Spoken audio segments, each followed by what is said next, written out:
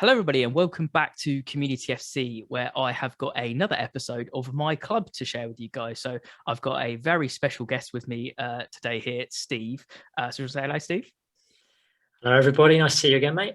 Yeah, nice to see you and chat to you. So I don't know if we've got a nice little snippet there for any of the video watching people on YouTube, but for any of you audio listeners, we're introducing the team that we're going to be talking about tonight. So Steve is wearing a Liverpool shirt. There he is. So we're going to be. I know. I've had a Chelsea fan on now. I've got a Liverpool fan. It has to happen. All right, we've been unbiased on here. But we're going to be talking about the Reds, aka Liverpool. So again, as I've said to all my guests on here, and I very much want to say again to you, Steve, is that this is very much a forum to talk about anything Liverpool, and I want you to kind of talk about the good, the bad, and anything you talk to your fellow fans about and stuff, because I think it's really important to share with people what it's like to hear about other people's clubs and fun stories and stuff. But I just love hearing the origin stories of why people support them and their favorite players and all that kind of stuff. And I know I've spent a lot of time with you because as I alluded to on a previous episode of my club, Steve is also somebody that I went to uni with. So when I was talking about chatting non-stop football all the time, well, this was one of my other compadres in that. So I mean, let's get into it, really. So, I mean, I'll start with, as I said, start with some of the fun ones again, like I did for most of the other people. So let's start with some really simple ones. So, you support Liverpool. How long have you been supporting them, and kind of why did you support them? Yeah, they've been kind of like my club ever since I got into football, I suppose. I know people have had like stories about kind of they follow their parents' club or their dad's club, that kind of thing, or kind of the club that's like down the road. For me, it was literally just a case of probably around like the age of around about maybe 6 or 7, so like the turn of the 2000s.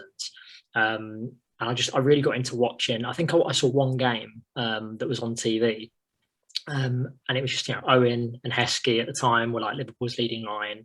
And Owen obviously was playing for England at that time. He's kind of like just breaking through this kind of like young player, really short but really fast. Like it seems weird because as a Liverpool fan, Michael Owen is not a player that the fans kind of love as the greatest player ever to play for the club, especially with like United and Real Madrid and the whole situation. But yeah, really, he had a few. Yeah, there's a few issues around Michael Owen and his relationship with Liverpool fans, but yeah, kind of he was part of the reason why I got into watching Liverpool, really. And like I said, that side who I remember getting the FA Premier League sticker book in 2002, that season. And at that time we had, Owen Heskey up top, Fowler was back in the side, he rejoined, Sammy Hippier in defence. And the thing I liked about Liverpool was we were the underdogs kind of at that time. Like if you wanted to support a club that was probably going to win the league, you'd either be a Man United or an Arsenal fan, basically. And I do remember that. And that Premier League sticker book had United side was ridiculous. I mean, Andy Cole and Dwight York leading the line. So before Rooney's time, Van Nistelrooy, Scholes, Giggs, Keane, Jaap Stam, I think, at that time as well. So at that time when I kind of got into watching Liverpool, I liked the fact that we were the underdog. And that kind of time I got into watching Liverpool, we were still in kind of contention for trophies. Gerrard Houllier was managing. And the Europa League, or what was the Cup Winners' Cup, we managed to secure at that time, and obviously went on to win the FA Cup and the Champions League in 2005, which I'll probably get onto. But that kind of time period for me, I like the fact that Liverpool were underdogs. I like the fact that I was supporting a club that had the chance of getting success, but it wasn't guaranteed. And if anything, that to me kind of made it a bit sweeter if we were successful, or if we did win big games, than just kind of supporting the best horse in the race necessarily. And like I said, everyone I knew at school at the time, all United fans, just like yourself. So yeah, that's kind of, I suppose, where it started, really. Yeah, I mean, I think that's a really interesting perspective. I think everyone else so far has been family, but as we will get onto more episodes, people support teams for different reasons. As we said on here, like it doesn't have to be a family thing, it doesn't have to be a whatever thing. And you've picked exactly that. Like you were getting into football at the time, it's sticker books, it's a team that you like, and that's a perfectly valid way to just choose a team and support a team. And I've always said that I don't really have a problem with anyone supporting any team as long as they stick with that team and they're not switching around and constantly doing that. But yeah, so I mean that's a really cool story, and I like the sticker book thing. That throws me back to doing all of them and having good fun with them. But you're completely right. At the time, it would have been those kind of bigger clubs, and as for some people, it is that fun thing where they want to support maybe a club that's in a still contention for stuff, but isn't always going to be winning everything. And you definitely were that. And yeah, I mean, but you've mentioned some absolute, superstars there. Even that squad was pretty ridiculous. So, but we'll get on to, you've had some outrageous players over time, and I'm excited to get into talk about some of them. I mean, literally, let's segue into that now. So I'm really interested to hear your answer to this next question, because the question I'm going to ask you is, who's your favourite player of all time for Liverpool? But before you answer, I just want to let the audience know some little inside stuff. So Steve is a little bit like myself, actually. I will get around to probably doing a my club episode myself, but we tend to like a bit more of a niche player. But I don't know if I found someone that likes niche players maybe as much as this man here. Like, we'd be talking all the time at uni and just chatting football all day as we did, and we'd be talking about all the stuff, and he'd be like, yeah, but this player here, this player, and you'd be like, he's not even on the bench half the time, mate, let alone, or like he'd pick up some obscure player from like some squad back in the day. Yeah, I remember you and Jamie ribbing me for like thinking that Adam Bogdan was the next best thing since sliced bread. I was wrong about that. I was definitely wrong about that. But yeah, and probably, I don't know, probably the worst mistake I've ever made in terms of buying a shirt, which I haven't done for like, I haven't bought like a shirt the season of buying a shirt, just because now the prices are like ridiculous. When I was younger, I used to go to JJB Sports in town and get usually the home kit, but I bought one away kit. I can't remember what year it was. It might be 2008, 2009 maybe. And I got Andrew Voronin on the back of it. Oh, nice. Yeah. That's probably the worst decision I've ever made in my life, frankly. But but there you go. This is the kind of player he's not my choice for best player, by the way. Okay, just clarify.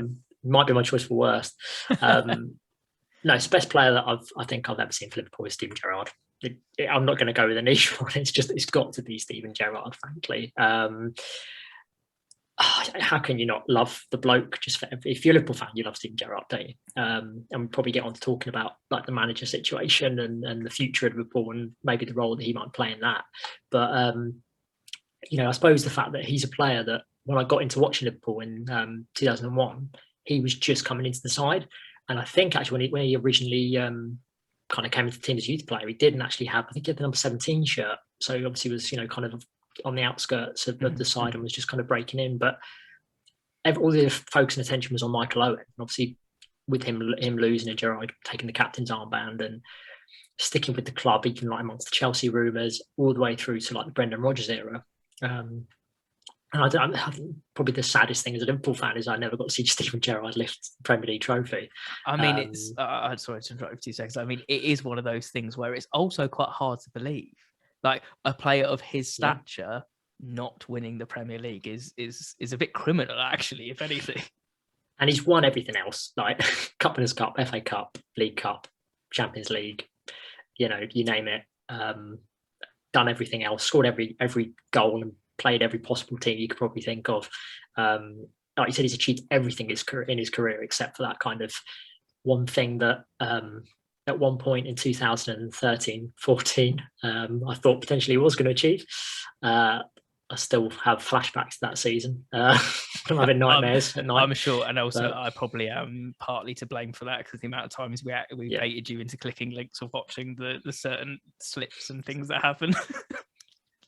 Like, genuinely, I wouldn't be surprised if you and Jamie just sent me a picture of Denver Bar at Christmas one year, just for like a Christmas card of Denver Bar. Don't give him ideas, please.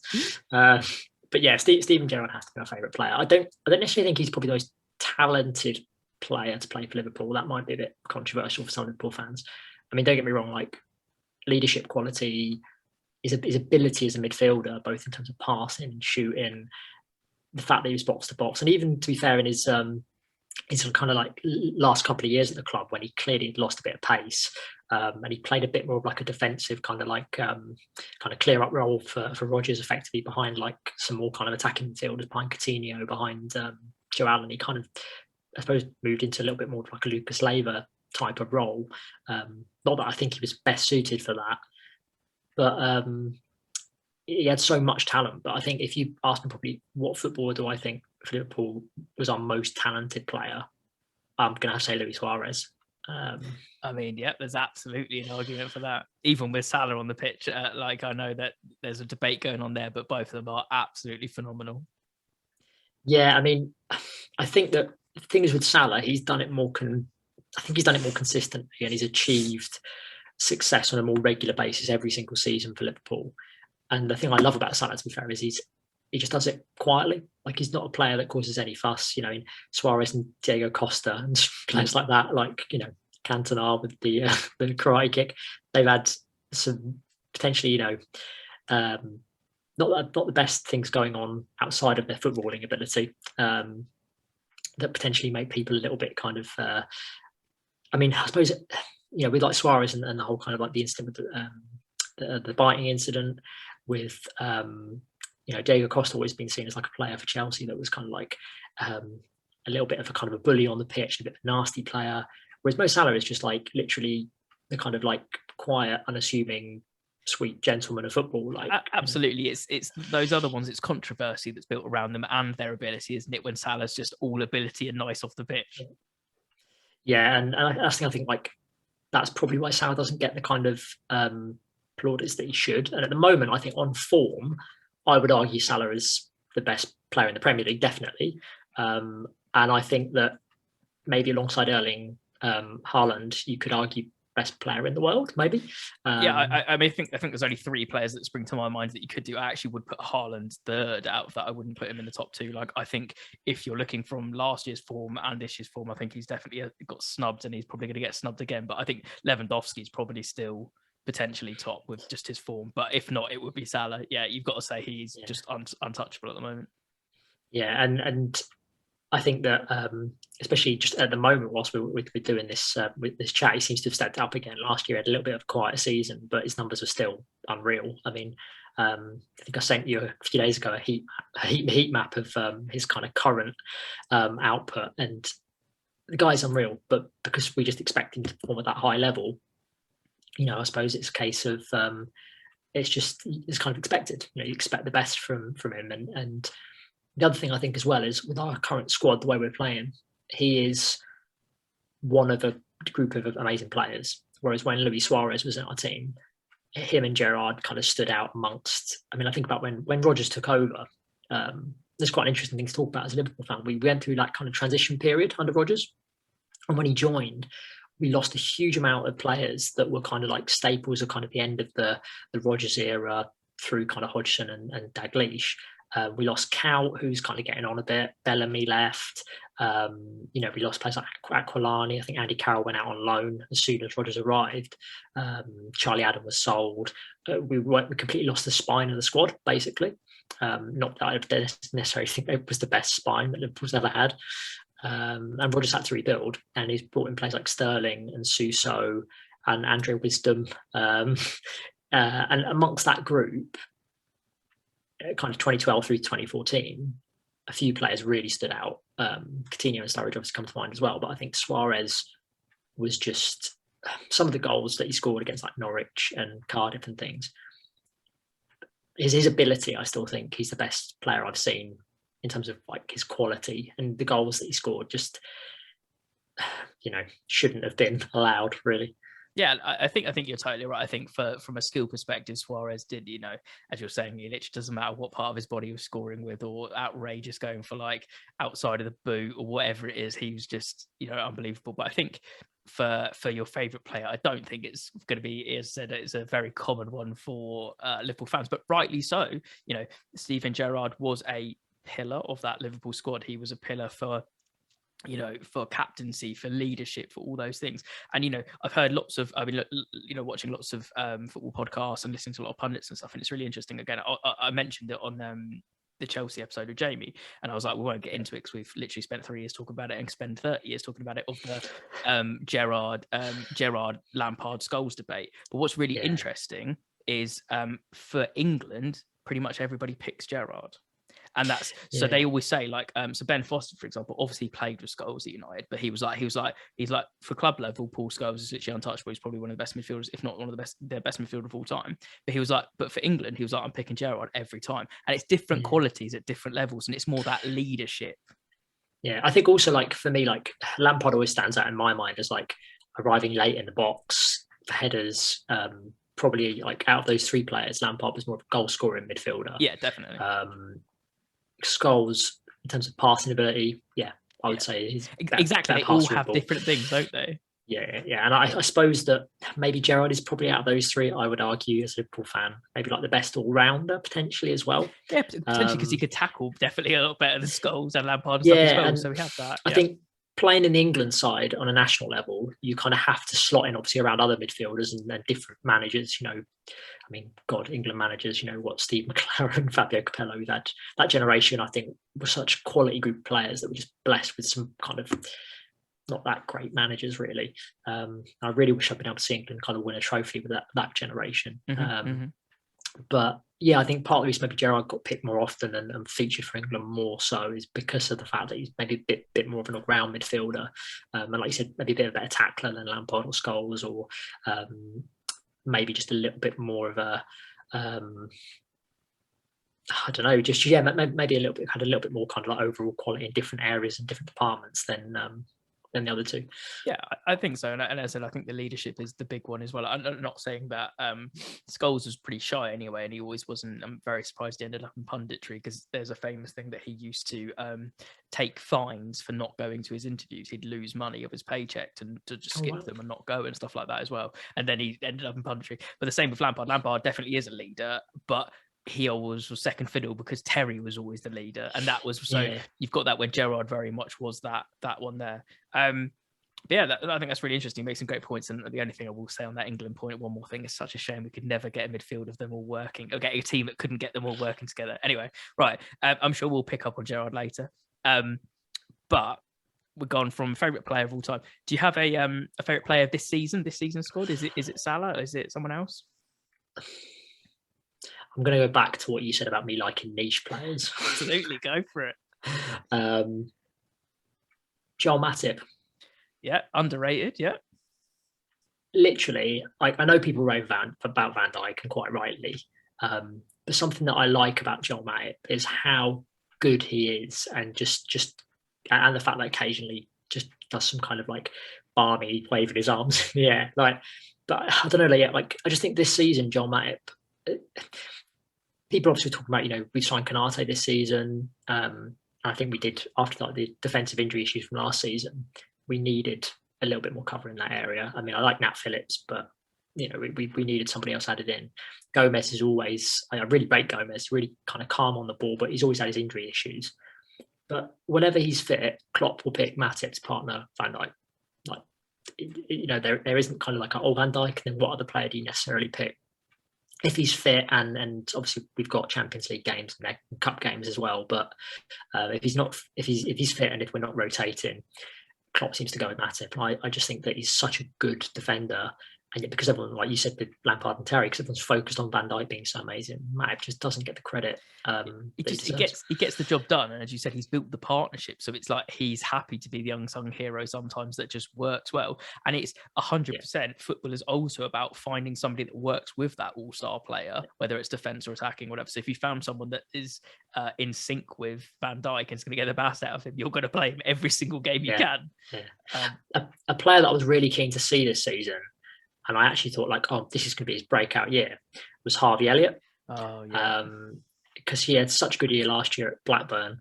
And the fact that Klopp had chosen to start him in a couple of games, you thought, actually, Klopp seems to actually trust this lad, and he's going to kind of give him the opportunity to shine this season.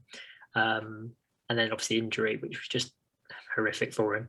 Not the fault of the Leeds. I think it was Leeds, wasn't it? And absolutely. I'm glad you said that, because you were very level-headed as a Liverpool fan as well. But I think all of us in our kind of football group chat were very much like, it's just an unfortunate. It's maybe a yellow, maybe even not a yellow. It's one of them. He's fallen badly, and it's so heartbreaking for Harvey Elliott, because he'll come back though. Hopefully he comes back stronger, and some people don't. But he's so young. Fingers crossed he will, and he's definitely got a career ahead of him at Liverpool.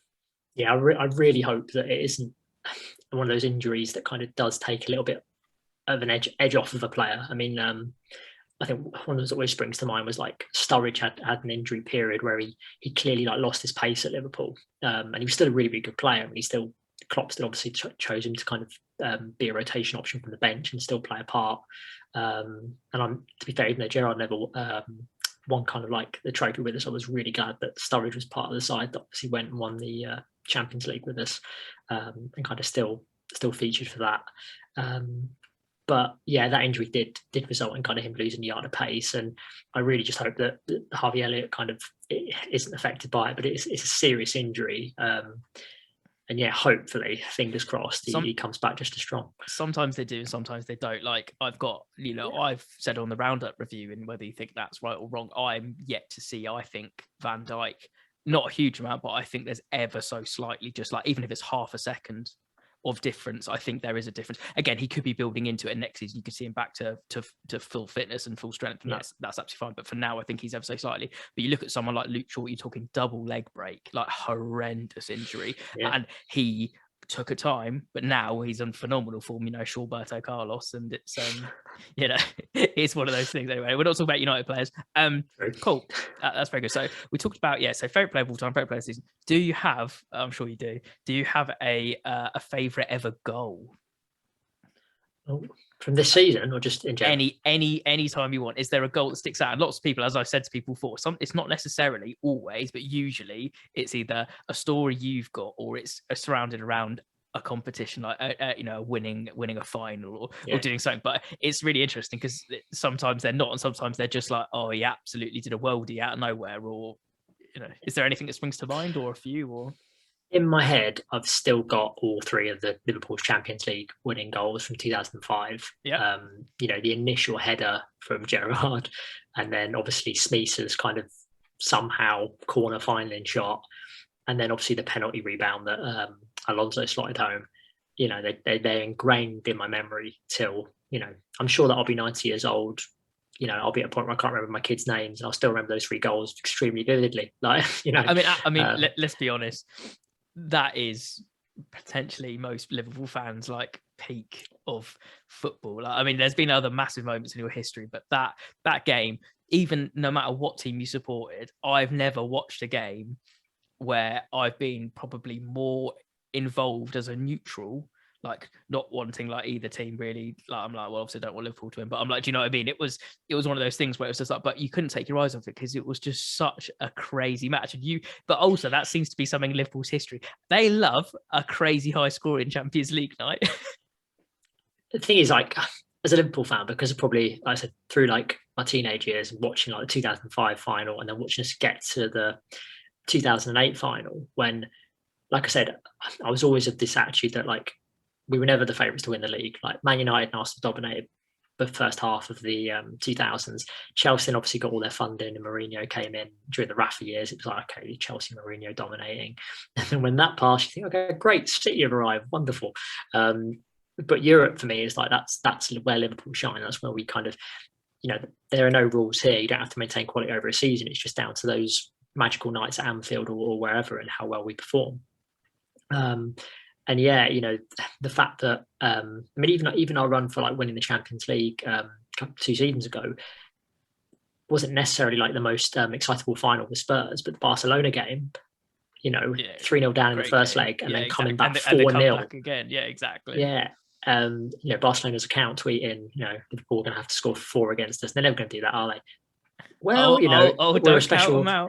we're a special club when it comes to European nights. And I remember like the I don't know, like you said, like that game is for a neutral, the 2005 final, going 3-0 down by half time. I remember I went out into the back garden, and I kind of didn't want to watch the second half because I was like, oh, I'm going to have to go to school tomorrow, and everyone's just going to like, be completely like, ribbing you for like, I thought we were going to lose like 4-5-0 to be fair, second half, because Milan were just so dominant, and that side with Dida and Cafu, and it really was like the best European side at the time. I mean, they were up there with Madrid, and it's one of the best teams of all time, that AC Milan team, like outrageous. Yeah, and I was just expecting us to get really walloped in the second half as well, and I thought I don't want to kind of watch this. It's like watching someone you love being beaten up effectively. Like, and my dad convinced me to sit and watch it, and said like, you watch first half, come back and watch second half, and the rest is history.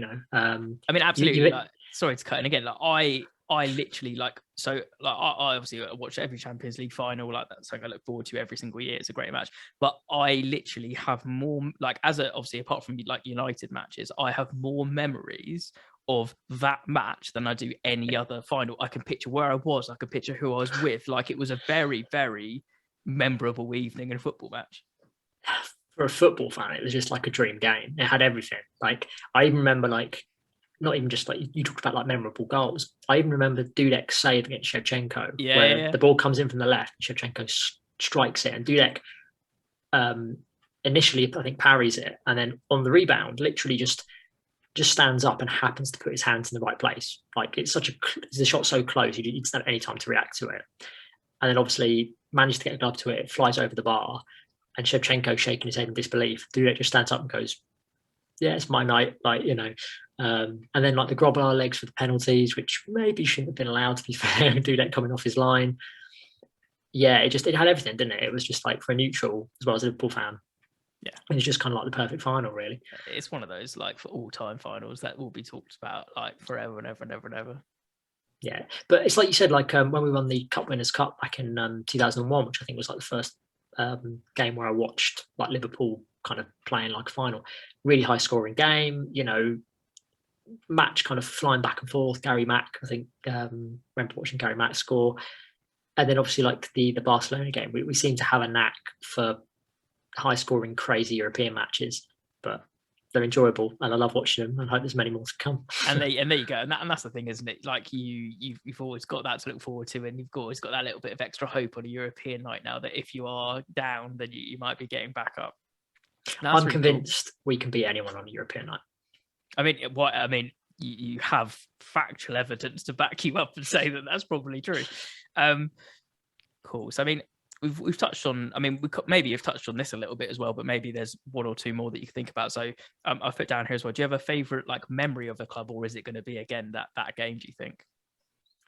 It probably is that game, to be fair. I don't think it can be any other moment. Really. That's what I just saw my notes. But I was like, it's probably just going to say it's that one, but I'll ask anyway. But yeah, it's why not? As we said, for all the reasons we've just spoken about, it's very good. I always think you always do have like standout finals as well, because I even remember a goal that sticks very well in my head. Speaking of Steven Gerrard, I think it's against, I'm sure it's against West Ham, that FA Cup final where he absolutely just bangs it. And it's like, I remember watching that on TV as well. I'm just being like, yeah, he's turned up in another final, and it's, Liverpool doing what they do. I think it was against Shaka Hislop, wasn't it? On goal for West Ham.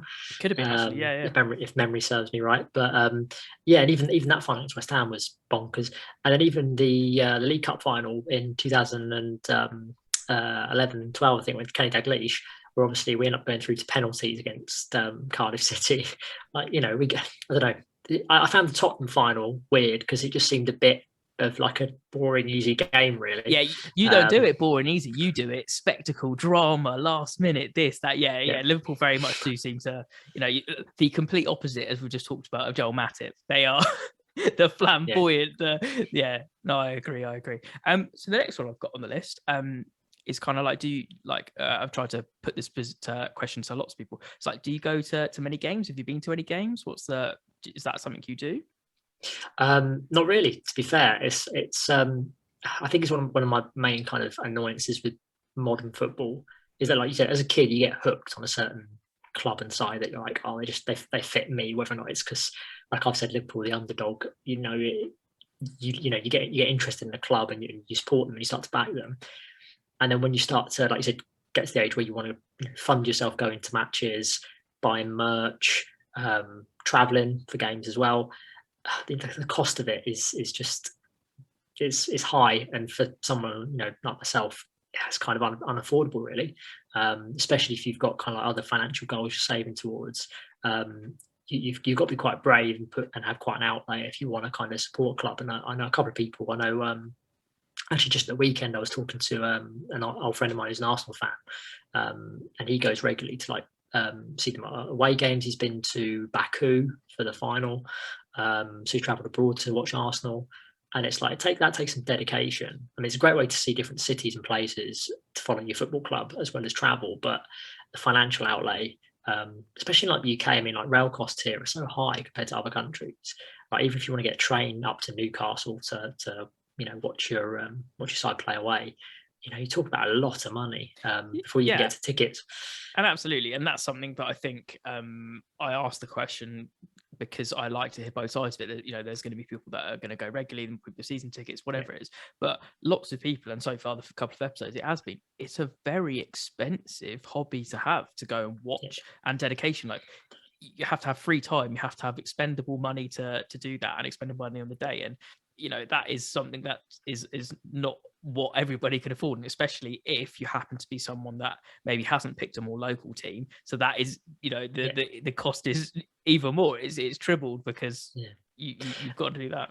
It's a really interesting thing to talk about, and you might remember, obviously, while we were at uni together, I did one of my end of year projects during our third year on kind of community work the football clubs do. And we went to watch an Aldershot game, and I went down to Portsmouth and to QPR, had a couple of interviews, one with like Basildon Ladies, and like what community work those clubs do.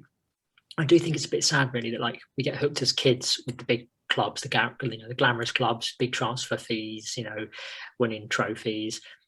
And then kind of as an adult, I do look back and I'm kind of like, if I hadn't been a Liverpool fan, I probably would have supported a conference side, or maybe, from the area that we grew up in, I would have supported Aldershot, or I would have supported Reading, maybe, which would have been kind of somewhere I could get the train and go to games. And I think that's a really important thing to bring up, because I think you do get caught up in that. And as Rich kind of mentioned in his episode about Southampton, he's saying, it's harder to follow football the lower down your team is as well. So, he was talking about having to stay up later to watch the championship show rather than, match the day, or they're not on TV less, or you can get streams, or all these kind of things. And they do play an impact. And I completely agree with you myself. If I'm not going to say anything now. We'll save those stories for another episode. But if like the reason that I support Manchester United, we'll get into. But if I didn't support Manchester United, I would have hoped that I would have supported a more local club, because I could have gone to watch them more regularly. And then, then you're talking, maybe I could afford a season ticket if I could dedicate those weekends to it, because the travel isn't killing me every single week on, me trying to go to Old Trafford, for example, is a very expensive and long weekend for me. But yeah, sorry, carry on with you. No, and like you said, mate, I think there is kind of a bit of view as well that, if you're a proper fan, you go to games, and maybe that's probably held up less now than it was in the past. I mean, fans from different clubs have always kind of joked to each other about, plastic flag, plastic fans, and this idea of like, all the Manchester United fans are all from London, they're not from the local area, and there's always been that kind of joking of fans, effectively not going to games or being from a different area than where the club's actually based. I'm not from Liverpool, why should I support Liverpool Football Club? But I think the trouble is, especially probably through I suppose the kind of latter half of the 20th century, especially within England, football became more of like a kind of nationally watched and followed sports. People from different areas did follow different football clubs. And then especially now, it's gone global. You've got people from half a world away that are fans of Liverpool, United, Chelsea, or even some of the smaller sides that have got kind of specific markets. Leicester, for example, can't remember if it's like Thailand or what country their owners are kind of involved with, but certain countries obviously have kind of owners and sponsorship deals with certain countries to try and get kind of a bigger fan base abroad. So, if you've got millions and millions of fans, they're not all going to be able to go to the games. So I kind of view the Premier League, to be fair, that especially the way it is now, it's kind of, it's a sport for fans to follow and fans to watch without necessarily going to the games. But as a football fan, I kind of think, if I'm supporting a club, I probably should go to watch them in person, a little bit more. And I hope in future, maybe when I'm more financially comfortable, etc., I can go to watch Liverpool play on a little bit more of a semi-regular basis. But at the same time, like you said, I always think it draws support away from conference clubs, like smaller clubs. They see all their potential fan base in their local area all supporting larger teams. So it's a bit of a tricky thing to talk about, I suppose. I don't really know what the solution is to it. Yeah, I mean, I definitely don't have any answers either. It's just, I'm hoping by asking this question every single week, you're going to get different views from different people, and you're going to see, as I've said every time, as you've said as well, just because you don't go to games doesn't mean you're not a fan, and people are moving away from that. But I guarantee you, there is, I've seen a lot of people, there's some crazy dedicated people from other countries. For example, for United, there's fans out in Africa that are way more dedicated and much bigger fans than people that might live in Manchester. Like, so who's to say it's not miles between how close you are to the stadium? And that's, they come over and they're like, I've seen, some lovely stories of people being like, how'd you get tickets? And then talking to people, helping them out. And then they're like, I've been to my first ever United game, but they've come all that way. And they're just like, or even in America, where they've got like sports bars and stuff dedicated to certain teams and stuff, and they're like, I get up at 5 a.m. every Saturday to watch United, and I live in America. And it's like, but that's more dedication than lots of fans here, where they're like, oh yeah, I guess I'll pop the game. Do you know what I mean? Like, and so I think it's a stigma to get rid of. And I think there's a whole other picture and story to talk about with lower league football, non-league football, and all that kind of stuff, because lots of them are relying on getting fans in, and they rely on the money on the ticketing and the burgers and stuff like that. And I think there's a really interesting one with I'm sure I mentioned it in quite a lot of podcasts, but there's a team called #United, which are run by Spencer Owen, which did lots of YouTube and other bits, but they're actually one of the most followed football clubs in the world, yet they're in like the 9th tier of English football.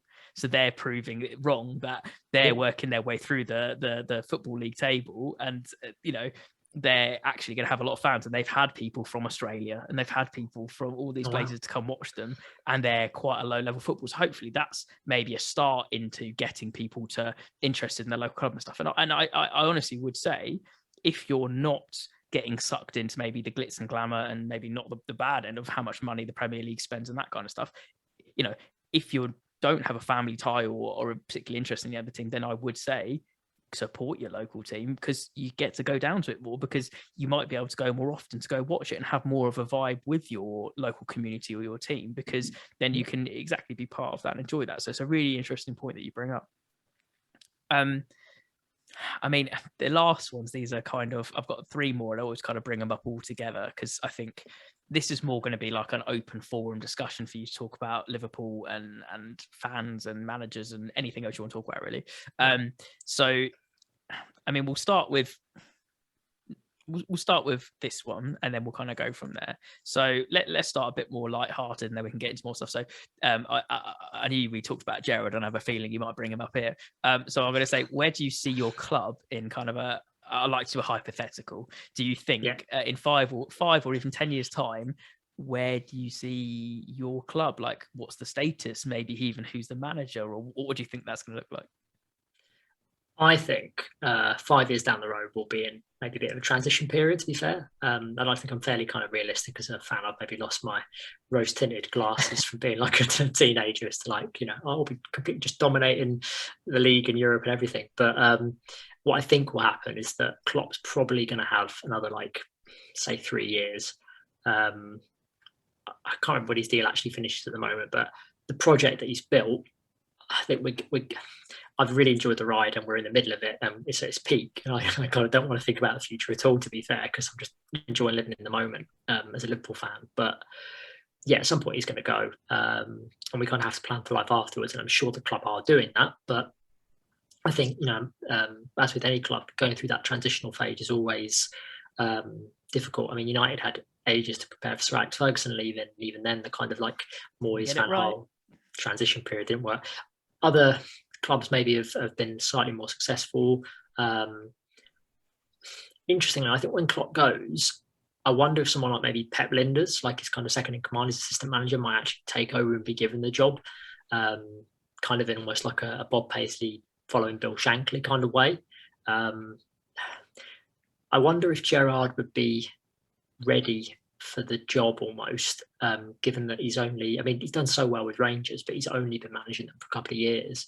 And part of me almost thinks, should he maybe take another job before making the step up? I think, try not to put too much in your words, obviously you tell me you're 5 to 10 years, but just on that subject, I think we've seen potentially what's happening with Follow. We've seen the Lampard stuff, and he's had more success and stuff, and I think he's potentially taken Rangers to as much as they're going to, and what else is there to do? He's kind of done it all. But I think there is a step in between, whether that is a Newcastle or whether that is something like that in the future, and then go from there to there after a year or two in the Prem, or a couple of years in the Prem. Yeah. But I think at some point he's going to be surely going for that Liverpool job. Yeah, I agree. I definitely agree with you. Like, at some point, Steve Gerrard will be Liverpool manager. Just a matter of, like, some people I think are like, he's Klopp's successor, and I maybe think that, especially it depends when Klopp goes. If Klopp decides he wants to stay at Liverpool for another 5 years, okay, at that point maybe I can see Gerrard succeeding Klopp and taking over. I just hope that, like, whoever succeeds Klopp, whether or not it's Pep Linders, whether or not it's Steven Gerrard, whether or not we bring in someone else, I just hope they get given a bit of time to go through that transition period, because I fully expect that we're going to have a bit of a drop off. I fully expect us to get a bit worse, maybe, and for us not to necessarily be challenging for titles and Champions Leagues 5 years down the road. If that transition, I think, goes particularly badly, we might find ourselves outside the Champions League spots in fifth, sixth, and same way, Arsenal post Wenger have gone through that transition phase. Once again, haven't got it quite right, find themselves down in mid-table. Spurs post Pochettino going through a transition phase. Once again, they've dropped off. And the other thing that worries me a little bit is with Liverpool's owners. I think the business model obviously works. We can't adopt the same approach as City and Chelsea to just chucking cash at the wall and ultimately hoping that what sticks is good. We have spent big money on players like Alisson, Van Dijk, Naby Keita, but at the same time, we sold players for a lot of money with Coutinho that have kind of slightly funded them. And we've certainly not spent as big as some of our rivals. Like the last couple of seasons, apart from Kanate and Thiago, we haven't really brought anyone else in. We've made a couple of big signings, but they've been singular signings. We haven't signed like 2, 3, 4 big name players.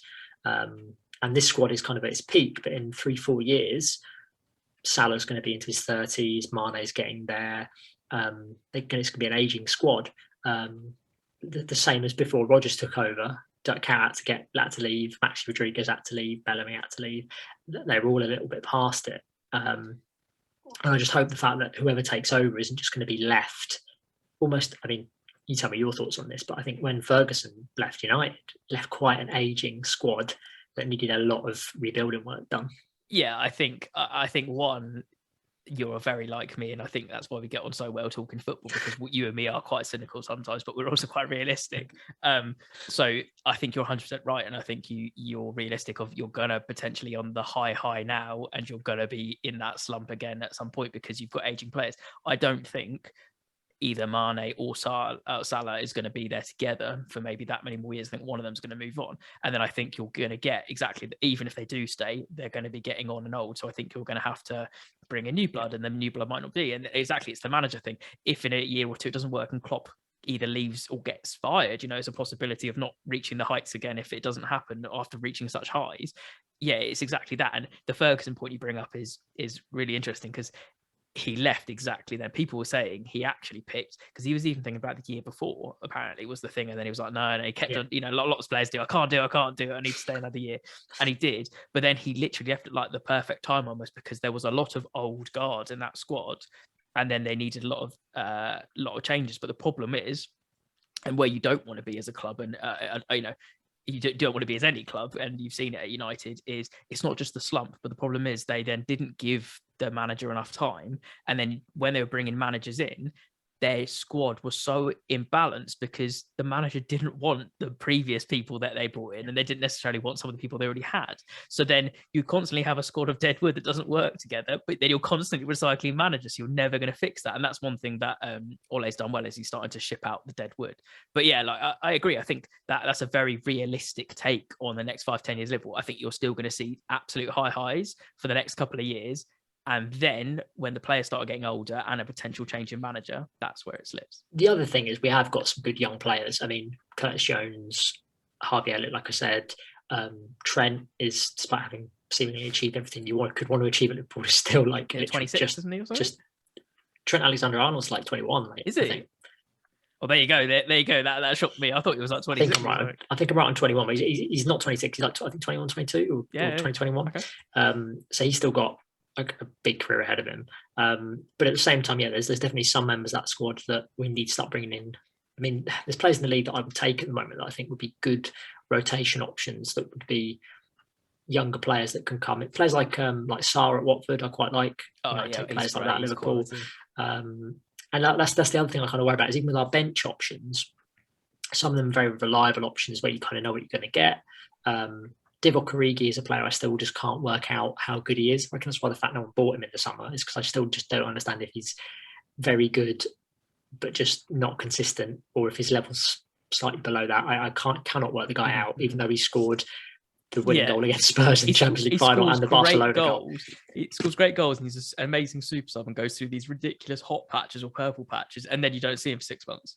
The man is, usually I like niche players. Divock Origi, like the man is a mystery, but I love it. But once again, Divock Origi is kind of approaching his late 20s. James Milner is still pulling in a shift as our backup right back, backup centre midfield at the age of 94, wherever. With like a million games for the Premier League. Like, I mean, people talk about like Ronaldo obviously still performing at his age. Ronaldo doesn't necessarily need to track back. Like, he just has to kind of float around up top and then score a worldie or a massive header at some point. Like, James Milner's putting a shift at right back or centre mid, like bombing around the pitch. I generally don't. I was certain that Milner, I thought maybe like after we won the Champions League, I thought like Leeds have come up. Maybe he'll make a move to Leeds, go back to his home club. Klopp seems to just see him as like the perfect kind of vice captain. Will slot in anywhere, will do any job. But sometimes that's it. Like, I've been, again, watching, listening to loads of stuff, and they've been like, but you need to have that balance. Sometimes they have older players on the books that aren't even going to play that much, but they need them for the experience and for just like being the mother hens of the squad and bringing people in and taking people under their arms and stuff. So that's maybe it with him. The definition of that under Brendan Rodgers for us was Kolo Touré, and he's obviously followed into Leicester and now is like part of the backroom team. I think that we do need a few younger players to be brought into the squad. And I think probably what will happen is Klopp will stay, say, 2-3 more years. And then I think we'll go through a transition period where I kind of hope Gerrard isn't the manager for that, because I think there'll need to be a lot more kind of, once again, like younger players brought in, older players shipped out. We might drop away a little bit. I hope that if we drop away a little bit, we'll still be able to claw third or fourth and get Champions League footy. But with Newcastle now coming into the mix of City, Chelsea still just firing money left, right and centre. United, obviously, I know not been a great season with you with Ollie so far, but if you get a manager that can make it work with the signings you've made and you're still putting money into Sancho and stuff like that, it becomes an environment where Liverpool's current model might be tested. Now, ultimately, I've watched the film Moneyball about Fenway Sports Group. Great film. Brad Pitt's most performance for Oakland Athletics as Billy Beans. But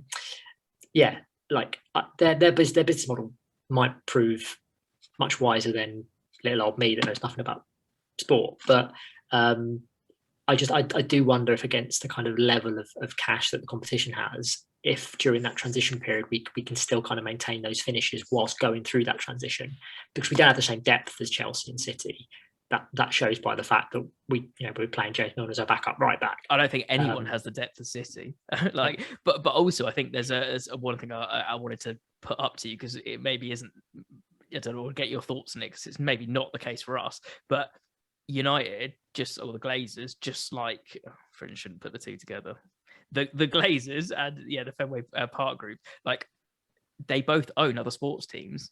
And they're both American, so they potentially favour putting money into that team more. Like, lots of people don't know or haven't put two and two together. The Glazers own the Tampa Bay Buccaneers NFL team. So when they did the Brady move and that all paid off and stuff, they're putting huge amounts of money into that team there.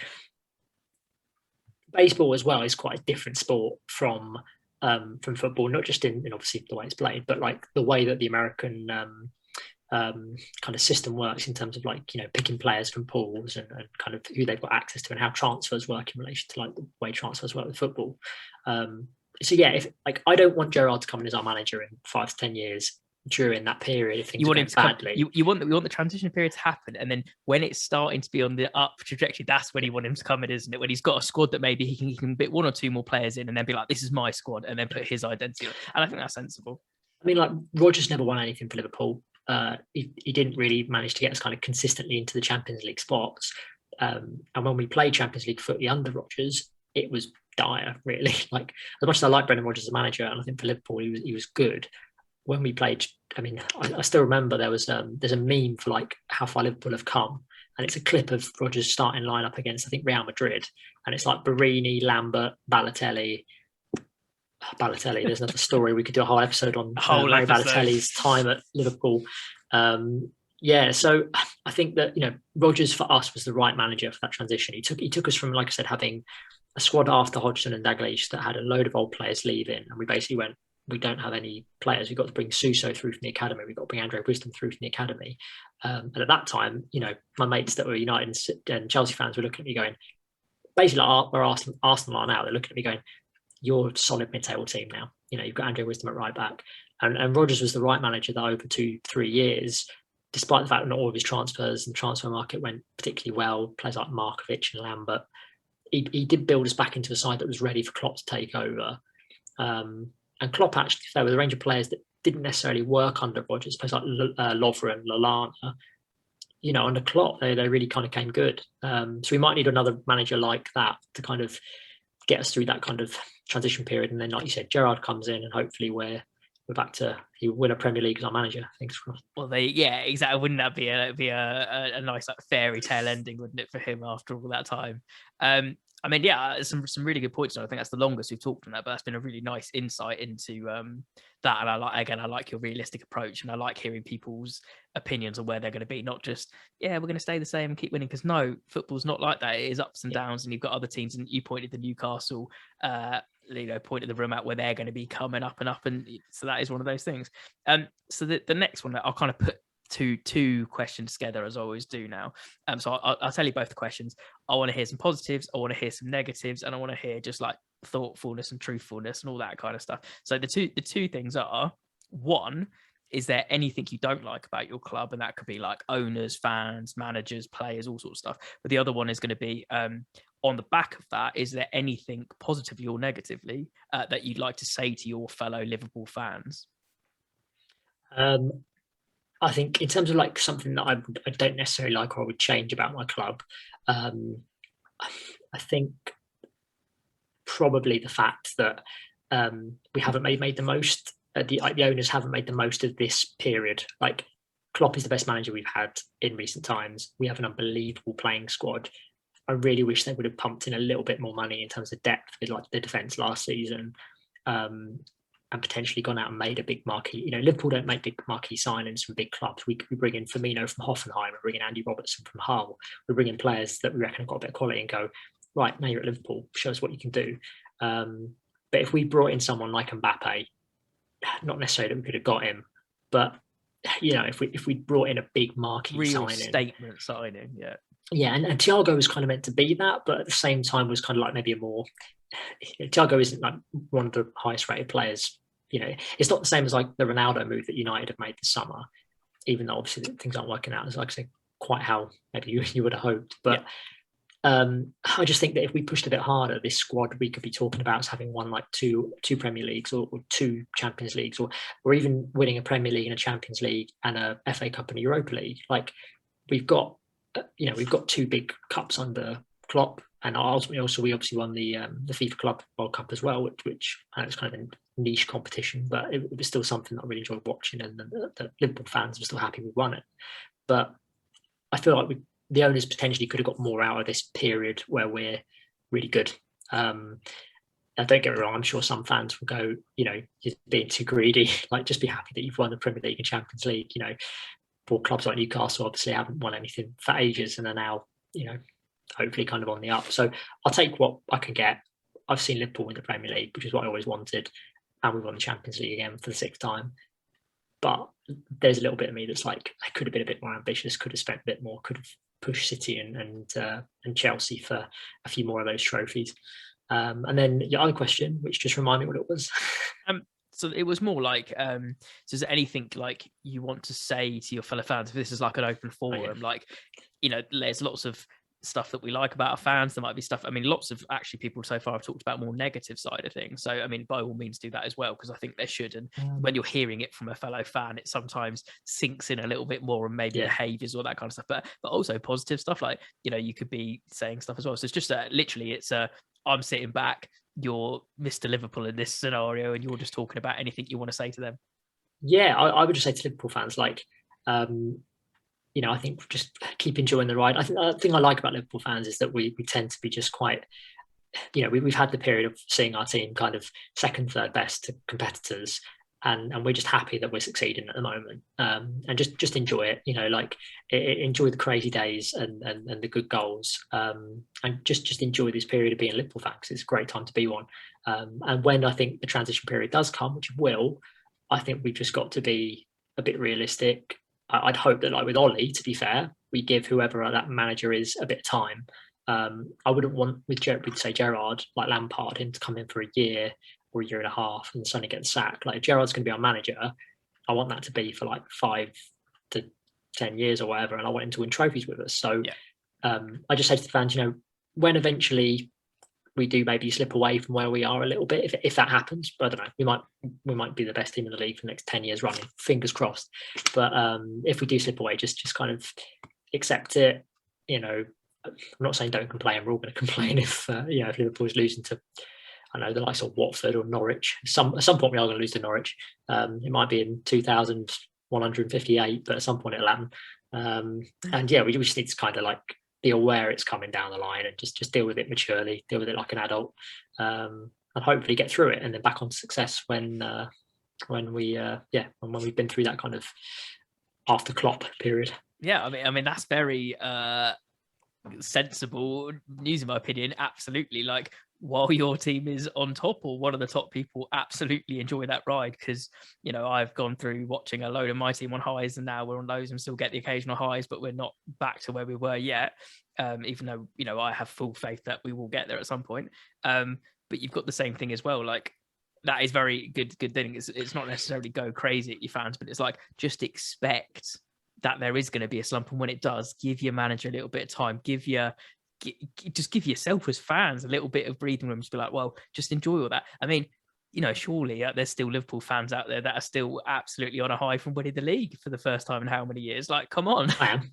Yeah. I mean, if I had my way, I would put Klopp's head in one of those Futurama containers and I'd keep him running as our manager for the next 300 years. So since that's not currently an option, I mean, we could always cryogenically freeze him and bring it back out. But once again, another conversation for another day. Yeah, at some point he's going to go. We're going to have to put the club into the hands of somebody else and trust them to either keep what he's built going or rebuild in a different image. I look forward to it, to be fair. Like, we all love football because it's mental and different. Like, I don't want it to be boring. I don't want to just kind of, watch the same thing going on and on for time. In memoriam, hopefully, fingers crossed. If things change, they change for the better. But we'll have to wait and see. And for the moment, I'm loving it. It's a great time to be a Liverpool fan. I mean, I think that is a great place to end, really. Unless you've got anything else you want to say, like that's a nice message there to be like, ending on a high, and for Liverpool fans especially, like, enjoy your moment and just keep on riding. My last message would be: if you're going to get absolutely. a shirt with a player's name on the back, wait to find out if that player is absolute awful.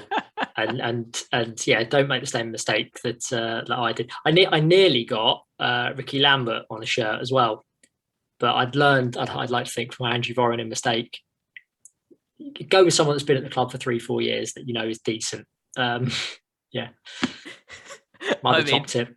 A funny story to end there, and absolutely, like, yeah, I mean, it's a big commitment if you're going to have someone's name on the back of your shirt, and especially if you're going down the pub or whatever it is, to be representing your fan of that player. But I just want to say a big thank you for coming on, mate. I've really appreciated it. And it actually has been some really, really good, interesting conversations and topics that we've picked up on that I haven't had another one. So I appreciate that. I really enjoyed it, mate. I look forward to seeing what other fans from what other clubs you get on. Yeah, have to find a few niche ones. Get like a Plymouth fan on, or like ironically Doncaster Rovers or something. Ironically, I know a Plymouth fan. So there you go. Yeah, so I've got I'll keep tuned. Yeah. So absolutely keep tuned. So I've got quite a few people in the pipeline. I'm sure that eventually we're going to be rinsing and repeating a few Prem clubs. But it'd be interesting to get other fans' views of the same things, and they can kind of compare the episodes and stuff as well that we've done. If I have a Liverpool fan on in a year's time that's maybe got differing views to you.